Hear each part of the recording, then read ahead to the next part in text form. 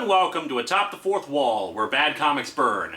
Our look at the craptastic event comic Ultimatum unfortunately continues. Previously on the Ultimatum review. The East Coast is hit by a massive tidal wave, flooding New York. At least we assume it hits more than just New York, since otherwise this makes the whole thing even sillier. We are told that this was accomplished through magnets, making me bash my head against hard objects. The result of the flood is that millions of people are dead, including several superheroes who died for no damn good reason, as well as someone who is killed because she is eaten by someone else. Class act, Marvel! Why don't you just start having supervillains rape corpses while you're at it? Oh yeah, and I forgot, there's no mature reader's warning on this either. Rating says it's for teenagers and up. If I was still a teenager, I'd be pretty offended that someone thought I'd want to read this crap. Anyway, Magneto is behind it all, and he kills Charles Xavier because he dared to compare him with a mass murderer when all he did was kill millions of people. So let's dig into Ultimatum number 3 and number 4 and see just how much lower they can go.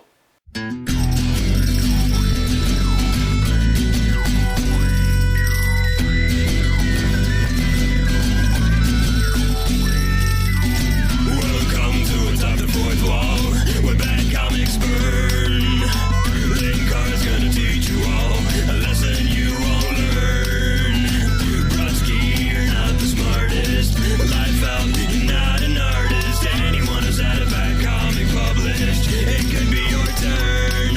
Linkara, he's a man punch, wears a party hat. Linkara, he has a magic gun. Where'd he purchase that? Linkara, coins, robots, Amazons and trucks. Linkara, this comic sucks. Linkara.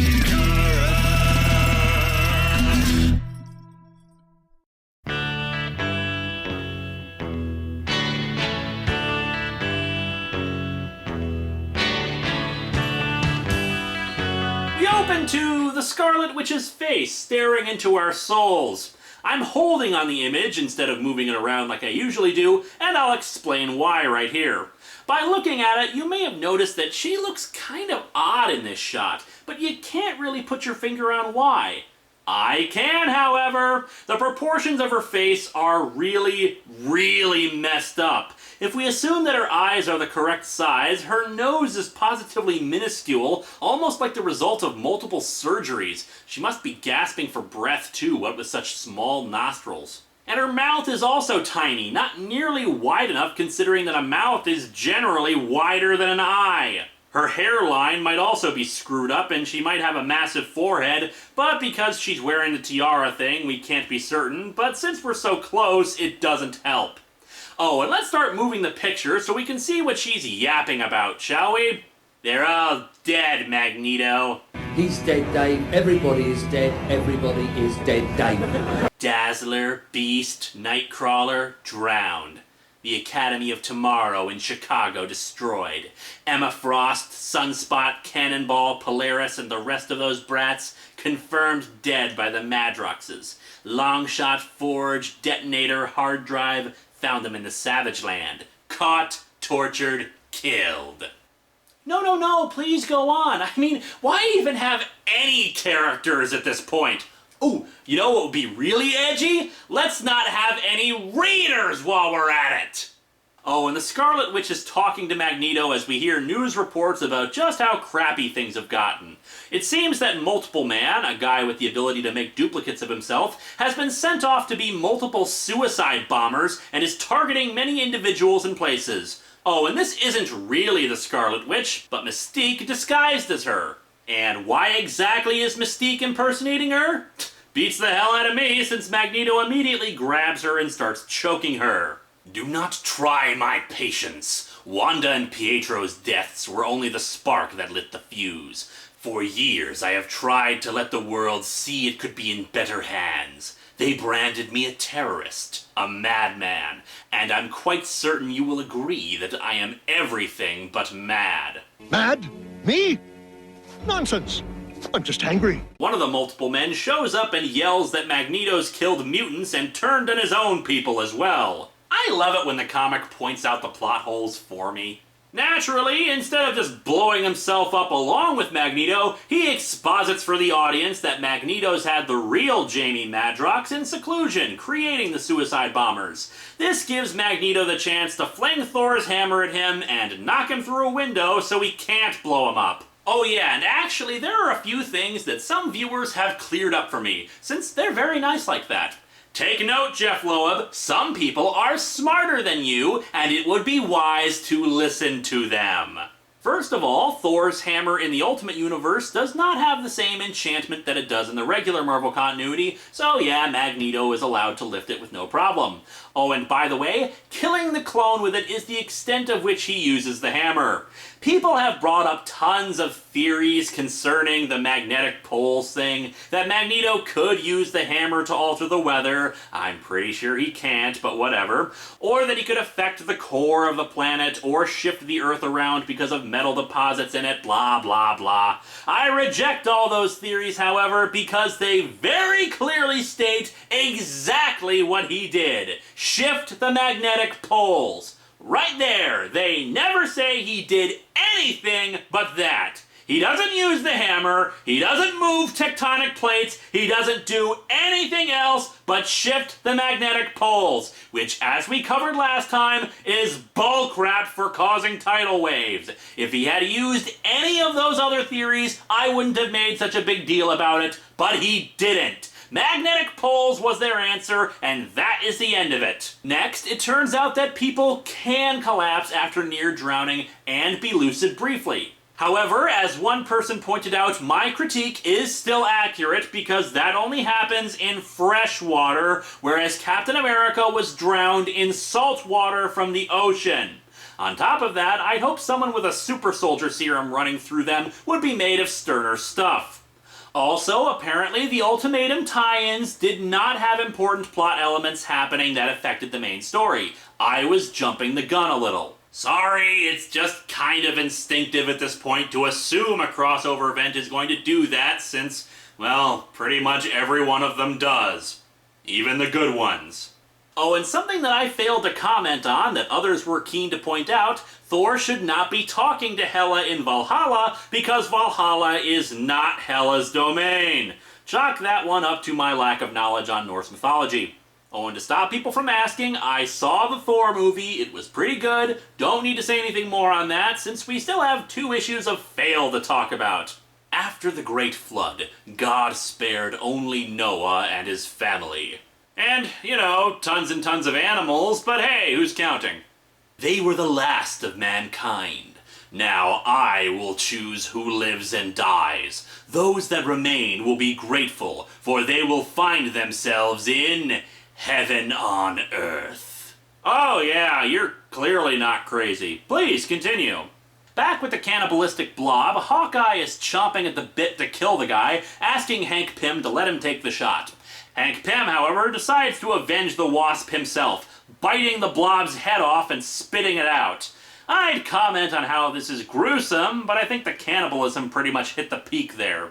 Also, it's been a week now, so I've calmed down, which means now I can properly ask some real questions here, like, why? Was the Wasp already dead when Blob came across her? Why was he running around looking for superheroines right after a huge flood? Why was eating her the first idea that he had? At what point did it cross his mind that this was the thing he should be doing? That this would be a good idea? Anyway, Hank Pym picks up her corpse and starts talking to the dead body, saying that if he can get her to the Triskelion, he can repair her. Our heroes are crazy, our villains are crazy. Hey, let's all just go crazy!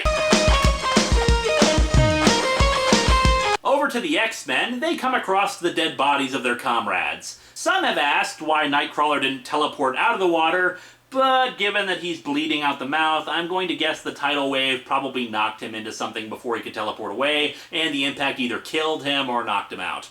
Angel demands to be on the team to take down Magneto, though Cyclops is against it because he's too close to this. And what, none of you were close to the others? Man, why is it that every book featuring the X-Men that I review shows how much they're assholes? Angel flies off to do it himself, but is convinced to stop by the others. before Jean Grey reveals that she can no longer sense Xavier, meaning he's dead. We cut back to the awesomeness of Captain America and Thor fighting the undead. More people also asked why I didn't add Captain America to the kill count, and really, this is why. Unlike the other dead characters, he's still active. I mean, look at him! Dying just made Captain America even more badass! America, fuck yeah! They finish off the last of the undead army and demand that Hela show herself. She arrives, revealing the still dead body of Valkyrie. She explains, however, that in order for one person to leave this land, someone else has to stay in their place. Cap volunteers, though Thor doesn't want to ask it of him. You came here to save Valkyrie's life. Does it make sense for her to go back and you're not with her? And that, my friends, is why Captain America, no matter what universe, is so friggin' awesome. Logical and willing to make that kind of sacrifice. We cut back to the Triskelion, which, when we left off, was under attack by unknown foes. And now we know who they are, the multiple men suicide bombers. We're gonna need backup. There's just too damn many of them, Carol. And I sure as hell am not gonna give up any of my remaining vodka. A suicide bomber gets close to Carol Danvers, but he gets an arrow through his eye because we hadn't had quite enough gore yet in this series. Hawkeye and Hank Pym have arrived, and he instructs Iron Man to take the Wasp's corpse and to open an encrypted file called the Jocasta Project. Jocasta, and I apologize if I pronounced that wrong, is a robot invented by Hank Pym in the normal Marvel Universe. So yes, once again, Hank Pym is somehow thinking that robots, after what happened in Ultimates 3, will be the answer to his problems. You know, Hank, knowing what I know about you in both universes, you ever stop and think that maybe, just maybe, you and the whole robots thing is the reason why your life always sucks? Just saying. He tells Iron Man he'll handle the rest and leads all the multiple men to go to him. They all start climbing up Hank Pym and he brings them into the ocean, sacrificing himself to stop the attack on the Triskelion. Now, to be fair, unlike all the other deaths, he actually had an heroic sacrifice to it. On the other hand, though, he probably could have just stomped on them all instead of killing himself. Speaking of the kill count, however, Valkyrie has woken up. However, so has Captain America, revealing that Thor still sacrificed himself to let the two leave. So yeah, one person is still dead, so the count remains. Hawkeye tells Cap that Hank Pym sacrificed himself after the Wasp's death, and the two of them kinda had a thing in Ultimates 1 and 2, so Captain America takes up his shield, ending issue 3 by saying they're going to save the world. Once again, badass. Scenes like this are really disappointing. It's because there was honestly a good idea buried in here, with a massive act that pushes our heroes to the limits, and they have to unite to stop a common threat.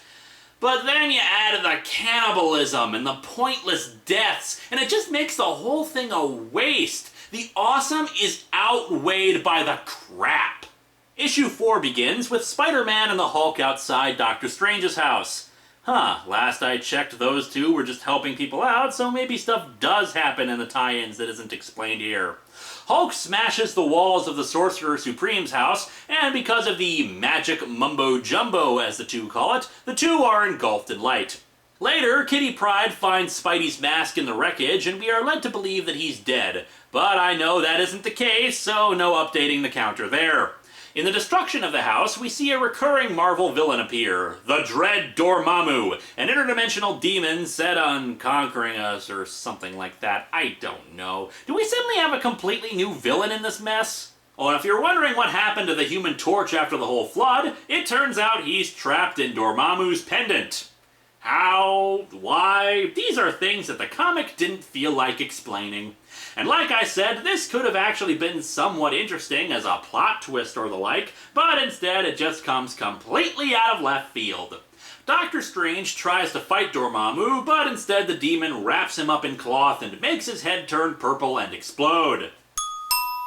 And the point of that scene was... what exactly? Oh, then the Fantastic Four show up. Or rather, the Terrific 2, since it's just Sue and the Thing. Wait, wasn't Sue in the coma? More off-panel fun. Then a silhouette takes away Doctor Strange's body. Steven. I love how the mysterious figure sighs first, like, oh dear, not this again. Well, better get a fresh head from the freezer. Also, I should note that the trade paperback changes the order of events here. Like I said, originally the issue opens up just with Spider-Man and the Hulk, except now they've completely changed it around so that there's a scene with Kitty Pryde and Wolverine that happens later in the single issue. But whatever. Later, the Hulk is being chased by the military, who in turn get shot by Cyclops because they're going to recruit the Hulk. Jean Grey convinces the Hulk to calm down and join them. So is Dormammu still walking around, or not? Meanwhile, in a parallel universe, Samuel L. Jackson is regretting not suing Marvel for using his likeness for this comic. Nick Fury is confronted by Reed Richards, Doctor Doom, Zarda, and some blonde woman. Is that Sue? Who the hell is that? Fury doesn't feel like coming, causing Zarda to, blow up a column? The hell? Okay, let's say I changed my mind and went with you. What's so important that it has to be right now? Magneto has tilted Earth's axis. Bull crap! That is not what you said last time! You said magnetic poles! The magnetic poles are not the same as the axial poles! Axial pole shift also occurs naturally, although very, very slowly. It's caused by the distribution of mass throughout the Earth, and at best alters about 1 degree every 130 million years. If that had been your explanation from the start, yeah, that'd cause serious problems, but you didn't. You said magnetic poles. Oh, and guess what? The axial poles have nothing to do with magnetism! You fail at science, comic! You fail! Nick Fury rubs it in their face just how totally screwed they are, and further explains how this is actually all of Doctor Doom's fault. I had Magneto's daughter, the Scarlet Witch, murdered. I knew Magneto would then declare war on mankind, and when it was over, I would be there to pick up the pieces. I never imagined that Magneto either had the power or the will to destroy the human race. Sometimes it really amazes me the sheer level of dumb that the writers expect us to believe, and even more so, that they keep on coming up with it. This is the most convoluted and idiotic plan for world domination that I've ever heard. At least Dr. No's plan from Future 5 actually made some degree of sense. Everyone but him would be dumb. Sure, implementing that plan didn't make any sense, but at least there was a logical chain. This, I just don't even know where to start. Okay, so somehow he makes a robot built by Hank Pym fall in love with the Scarlet Witch, and instead of targeting her brother, the robot kills her and only her, and then assuming that Magneto would care enough to steal her body and convince Quicksilver to join with him, forcing a confrontation with the Ultimates while the robot planned a robot holocaust, and that somehow, in the ensuing clash of robots, Ultimates, and Magneto, Quicksilver would also get killed, and that Magneto wouldn't be killed or captured, leading to an existential crisis where Magneto believes that he should take over the world, and somehow you would emerge on top? This has gotta be a Doombot. No one comes up with an idea this complex with so many variables that can go wrong or not the way they anticipate and still think it'll work. Anyway, they yell at Doom for a bit before Samuel L. Jackson tells them to shut up. Oh, and the blonde lady is someone named Arcana. Whatever, move on. We cut to Kitty Pryde talking to Wolverine about how it's likely that Spidey is dead. Wolvie says that they're going after Magneto, and in case he doesn't come back, he's giving her a mystery box to open if he doesn't return. Also staying behind is Iceman. You can be my wingman anytime. And no, I will never get tired of that joke. And there's a genuinely touching moment where Wolvie hugs her, telling her that if they need to start over again, they're gonna need people like her. Aw, well that is very sweet. Let's get to ruining all of that, shall we? To everything there is a season. Turn, turn, turn. Yeah, I know you were very pretentiously quoting the Bible and not referencing the song, but considering the direction of the bad science, I felt the song was a lot more appropriate. Angel attacks first, punching Magneto in some manner. I don't know, the angle he's going at is weird where the blood is, but again, whatever. Sabretooth comes out of nowhere, slashes Angel's back, and kills him. Hawkeye is there now, somehow, and shoots Sabretooth through the eye. Magneto takes this opportunity to make a run for it, but is stopped by Valkyrie, who demands Thor's hammer. Magneto mocks her for a moment, but Valkyrie isn't taking any of this crap and just cuts off Magneto's arm. Magneto takes this in stride, surprisingly, and then just steals her sword using magnetism and slits her throat. However, according to Wikipedia and the final kill count in the last issue, Valkyrie is not dead, so no addition to the kill count here. This is just more stupid. Then Captain America comes in from behind and whacks him with his shield on a 2-page spread. America, fuck yeah! What you gonna do when we come for you now? Magneto brings down the walls or something to halt Captain America and then floats off, cauterizing his wound with, magnetism? Read a friggin' book, Jeff Loeb!